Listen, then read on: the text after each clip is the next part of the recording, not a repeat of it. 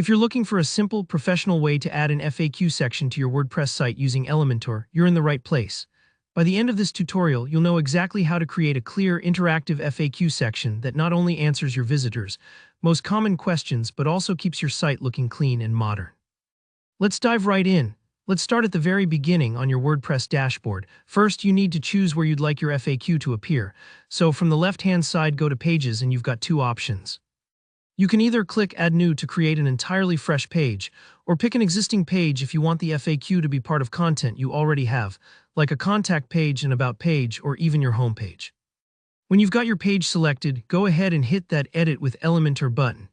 This opens up the powerful Elementor page builder, which is where all the magic happens.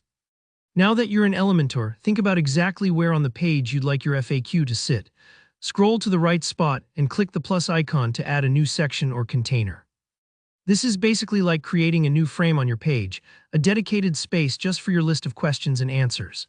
You can also customize the column layout here if your FAQ will only fill part of the page, but don't worry, if you're just starting out, one column usually works perfectly.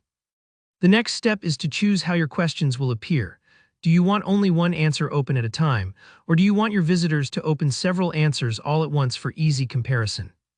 This is where you decide between the accordion and the toggle widgets in Elementor.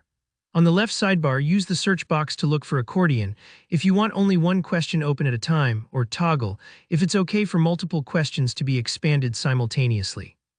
Just drag your favorite widget right into the section you just created. Imagine the accordion widget as a fancy notepad that opens up one answer neatly and keeps the rest closed, great for a tidy look. The toggle, on the other hand, is a bit like flipping open several files at once for viewers who like to skim lots of details. Once your widget is in place, you'll see there are already some placeholder items like accordion item 1 and accordion item 2. Don't let these default labels confuse you, they're just there to help you see how things are set up. Click on one and on the left you'll see fields for the title and the content. In the title, type your actual FAQ question, something your visitors really ask, like how do I reset my password?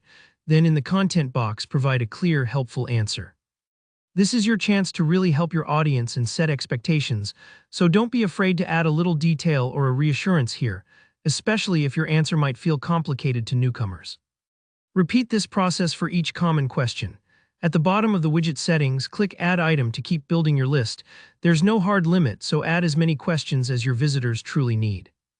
Now comes the final and very important step, publishing and testing your FAQ. Once you're happy with how everything looks, head to the bottom of the Elementor panel and click Publish if it's a new page or Update if you're editing an existing one. Give the system a few seconds. Sometimes it takes a moment to save your changes. After that, open your page directly and try clicking on the questions in your FAQ. Make sure everything expands and collapses as expected, double-check your answers, and don't hesitate to tweak things if something doesn't quite look right. Remember, the best FAQs aren't just helpful, they're also easy to use. And that's it, you've just built a powerful, user-friendly FAQ section in Elementor with only a few steps. If this tutorial helped you out, please give it a thumbs up, and let me know in the comments if you ran into any issues or have questions about making your FAQ even better. And don't forget to subscribe if you want more easy WordPress and Elementor tutorials like this. Thanks for watching, and I'll see you in the next video.